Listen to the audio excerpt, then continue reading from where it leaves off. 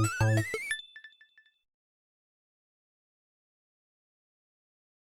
everyone, another day, another retro gaming handheld. This one is Anbernic's RG ARC-D, which is part of the ARC series, with both the ARC-D and ARC-S being available. The ARC series has a heavily inspired by Sega design, and as mentioned comes in two models, the RG ARC-S and the RG ARC-D.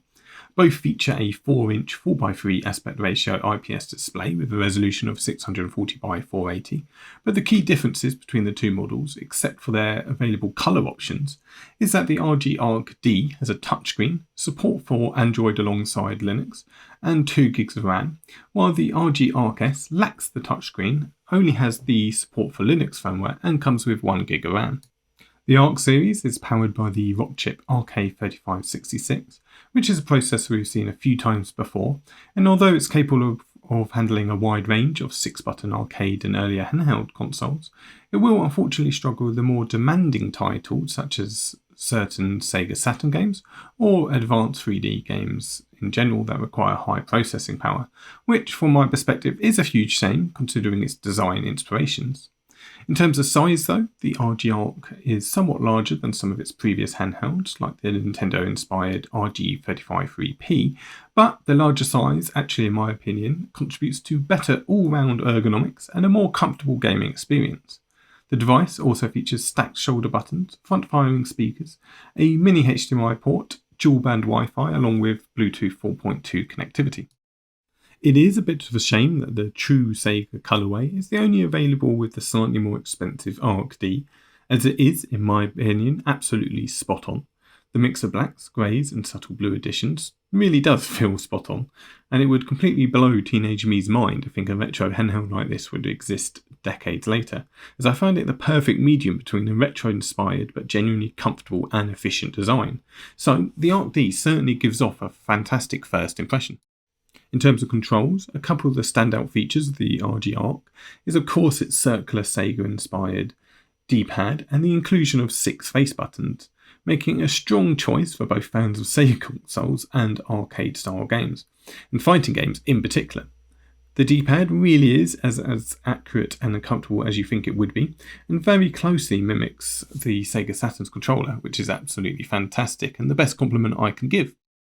The controls and face buttons are so spot on in fact that I only wish that we had a little bit more power available, as the RK3566 can play some but far from all of the Saturn and Dreamcast catalogues, and with that little bit of extra power available, the ARC could have easily been the ultimate Sega handheld. Regarding firmware, the RG ARC-S runs on a Linux-based operating system, while the RG ARC-D can dual boot into both Linux and Android, which in theory offers more versatility, but comes at the slightly higher price point.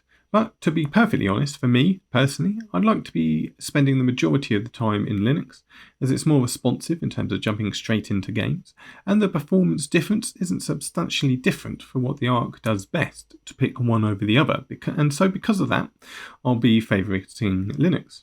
But on that note, I'll just be cutting in some emulation footage now, but it's worth mentioning that it's all been captured on the Linux OS.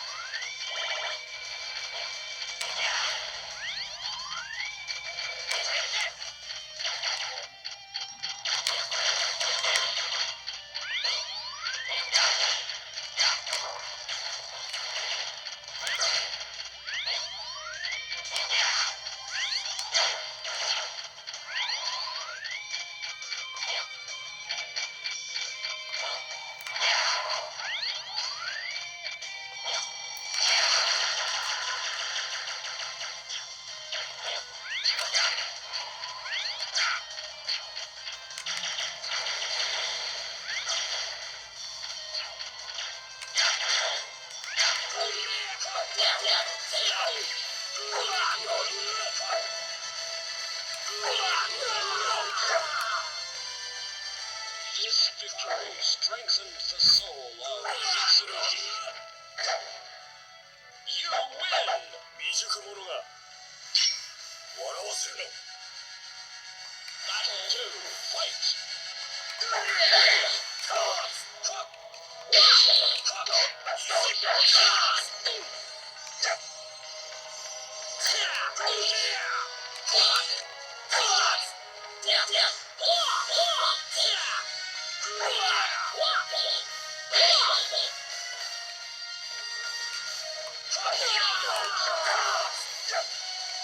This victory strengthened the soul of Mitsurugi. You win! 地獄へ行くのはお前が先だ。Now, one, fight!